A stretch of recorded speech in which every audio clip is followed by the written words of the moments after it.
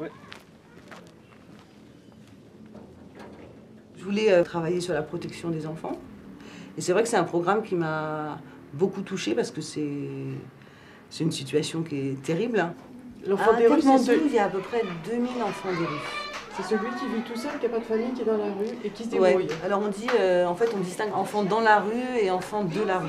Il y a les enfants dans la rue qui vivent d'un petit métier dans la rue, mais qui ont des parents ou une famille chez qui ils peuvent retourner le soir. Un petit bidonville Voilà, familial. voilà, exactement. Et puis il y a l'enfant vraiment de la rue qui, lui, mange, dort et reste dans la rue tout le temps. Et donc effectivement, nous, on a des centres pour accueillir ces enfants-là. En fait, on a deux types de centres. Un centre pour leur donner à manger, un toit, quand ils veulent. C'est-à-dire que les enfants, en fait, peuvent arriver à toute heure du jour et de la nuit.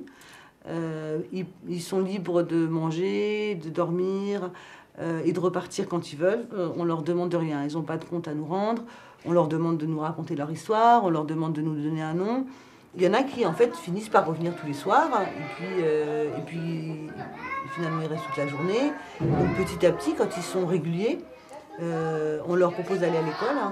Et à ce moment-là, on les transfère dans un autre centre où tous les enfants vont à l'école. Parce que sinon, s'il y en a qui vont à l'école, d'autres qui vont dans la rue, c'est pas possible.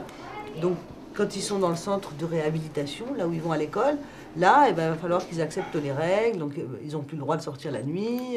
Il faut qu'ils soient à l'heure au repas. Il faut qu'ils aillent à l'école. Donc, c'est une autre vie qui commence pour eux. Voilà, ils sont encadrés, là, voilà, là, complètement. ils sont encadrés. L'objectif, c'est de les faire grandir ici. De les faire grandir, quoi. Ouais, de les faire grandir, de les remettre à l'école, effectivement de les soigner si besoin, etc. Et ensuite de les réintégrer dans leur famille, quand même. Ouais. Donc l'année dernière, il y en a 6 qu'on a pu réintégrer depuis le début de l'année 2006. Ce qui n'est pas énorme, hein, en fait. Là-bas, c'est le plus petit, là, au milieu, avec sa chemise rouge. Who is the smallest one? C'est lui, le pauvre. Timoronam keo babu. Et lui, il est... Timoronam? Prem Lama. Unsa. C'est son nom. Prem Lama. Prem Lama, donc c'est un petit homme. Quel âge il a? Kati Barsa? Timisanga? Umer? Tatsaïna? Il ne sait pas.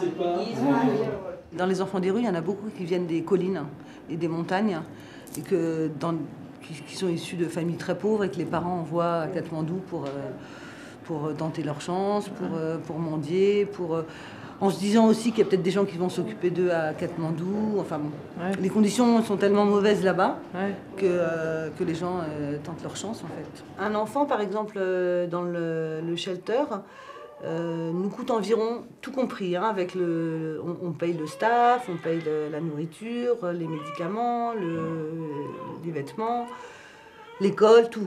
Ça nous coûte à peu près 50 € par mois. Donc c'est pas énorme, hein, avec 5 parrains, on peut prendre en charge un enfant.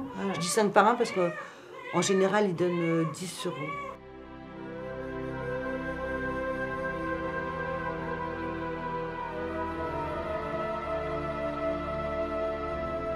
Je voudrais juste vous donner envie de donner.